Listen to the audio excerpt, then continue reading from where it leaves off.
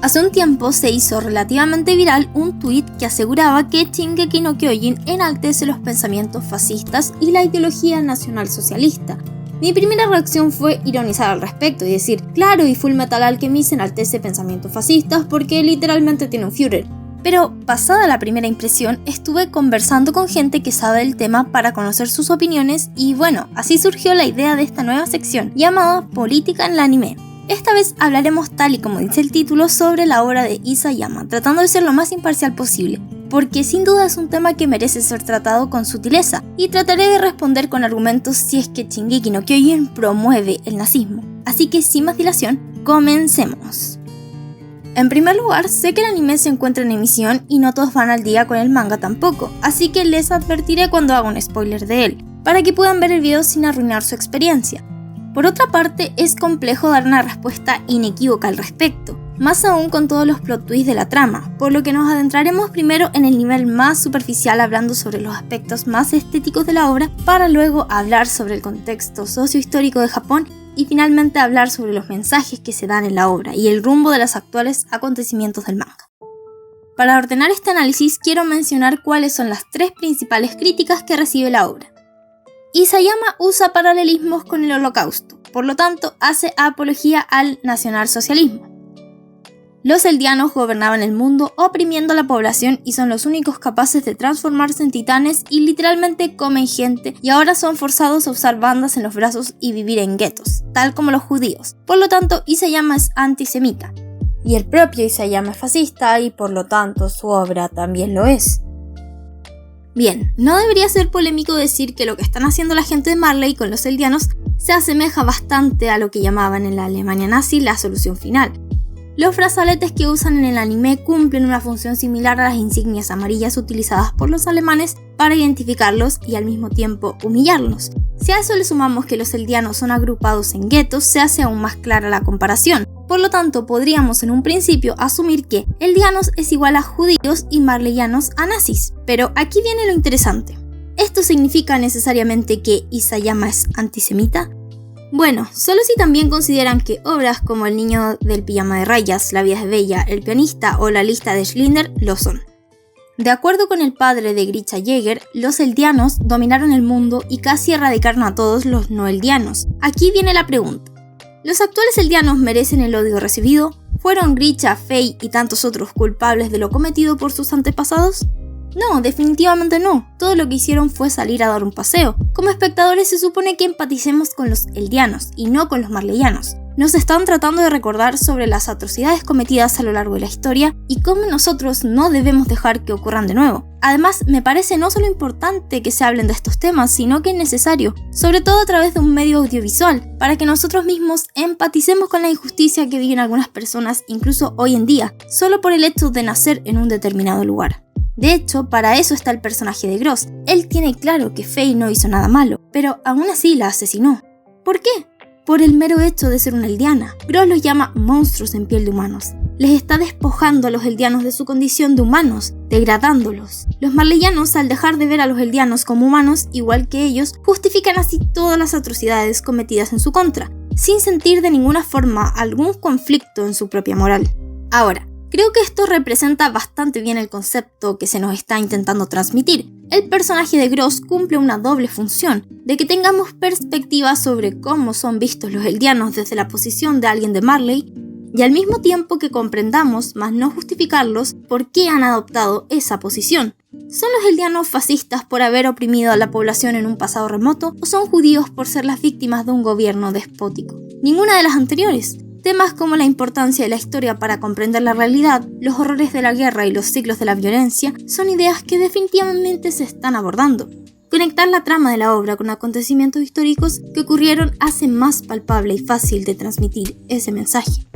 Personalmente creo que el tema más importante de la obra de Shingeki no Kyojin es la libertad y las complejidades que implica. Desde el primer capítulo podemos ver a Eren y Armin ansiando ver qué hay más allá de los muros. La mayoría de la población se siente cómoda con su posición de protección, pero aún hay quienes no se sienten satisfechos con esto. Estos son precisamente los protagonistas de la historia.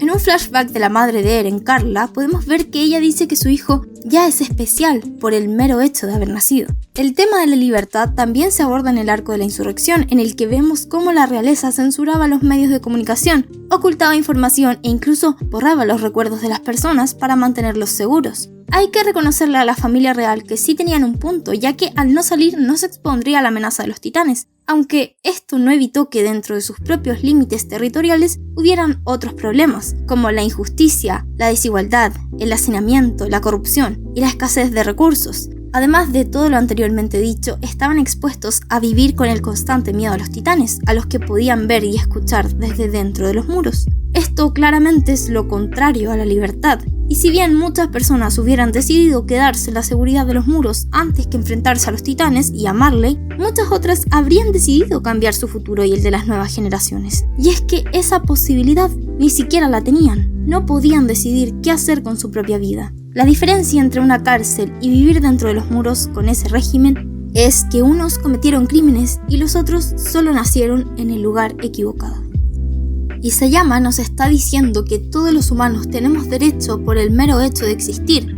La existencia es libertad, mas eso no significa que todos tengan las mismas posibilidades de ejercerla ni de gozarla. Son estos valores precisamente lo opuesto a la política imperialista del fascismo. Recordemos que durante gran parte del siglo XIX, las potencias europeas comenzaron políticas expansionistas y colonialistas en prácticamente todo el territorio de África y Asia, ocupaciones que acabarían recién tras la Primera Guerra Mundial. Hace apenas 100 años, el Reino Unido, Francia e Italia, entre otros países, se encontraban saqueando un continente entero en búsqueda de materias primas para sustentar la revolución industrial. Ahora, volviendo a Shingeki no Kyojin, los acontecimientos que provocaron en un principio la invasión de Marley a la isla Paradise fueron provocados por la búsqueda de recursos naturales, específicamente petróleo. En la cuarta temporada podemos ver que tienen el miedo de perder esa ventaja estratégica que tienen por el momento frente al resto de las naciones, los titanes, ya que los avances tecnológicos han llegado a un punto en el que los ejércitos pueden luchar de igual a igual contra los titanes. Aquí hay otro de los grandes temas importantes que se toca en Shingeki no Kyojin, la importancia de la propaganda y la historia inculcada en la población para inducir a que tomen ciertas posiciones ideológicas o políticas. La gente de Marley tiene su propia agenda política expansionista, pero ¿esta es glorificada en la obra? Definitivamente no. Al contrario, se hace una crítica a dichas ideas extremistas, y no solo de ese bando. Por ejemplo, Grisha se pensaba a sí mismo como un revolucionario. Sí, perdió a su hermana y siempre le guardó rencor al ejército de Marley, pero lo que proponían los restauradores de Eldia no era muy distinto tampoco a lo que hacía la gente que tanto odiaba.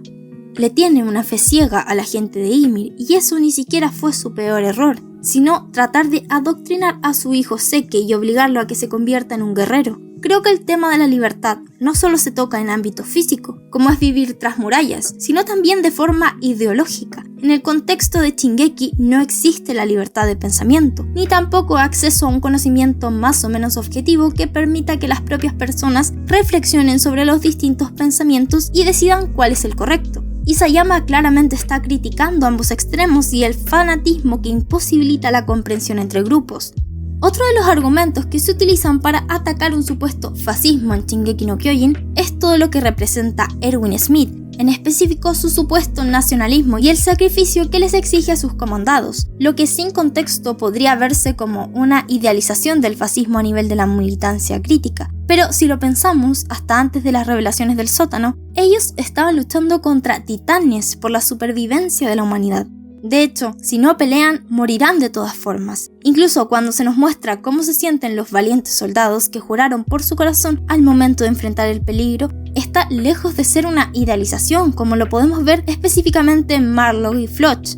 Además, ese patriotismo que hay es evidentemente para unir a la humanidad, para que todos se sientan parte de la nación a la que pertenecen, que más que una persona están representando un símbolo, el de la perduración de la humanidad, de rebelarse contra un sistema que no les ofreció nada más que mentiras y discriminación. Por ejemplo, Erwin no solo lucha por la supervivencia, sino por la información, la cual tanto protegen, y para esto son capaces incluso de asesinar a personas, como le ocurrió a su propio padre. Nos damos cuenta que no idealiza las figuras militares, ya que en el primer capítulo se nos muestran borrachos y corruptos. Vemos miedo en sus caras, pánico. No tienen muertes épicas ni gloriosas. No los está esperando un dios que les recompense por su sacrificio. Por lo mismo, no tiene sentido comparar el Sasageyo con un símbolo nazi.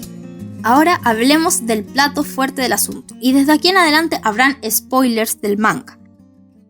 Se dice que uno puede adivinar la postura política de la gente sabiendo si está a favor o en contra de lo que está haciendo Eren actualmente. Nuestro protagonista, que alguna vez prometió acabar con todos los titanes del mundo, actualmente se encuentra liderando a los titanes y encaminándose a la destrucción. Ya a fines de la tercera temporada vemos en el momento en el que le va a dar la mano a la recientemente coronada Historia Reiss, y en su rostro está lejos de reflejar felicidad y esperanza.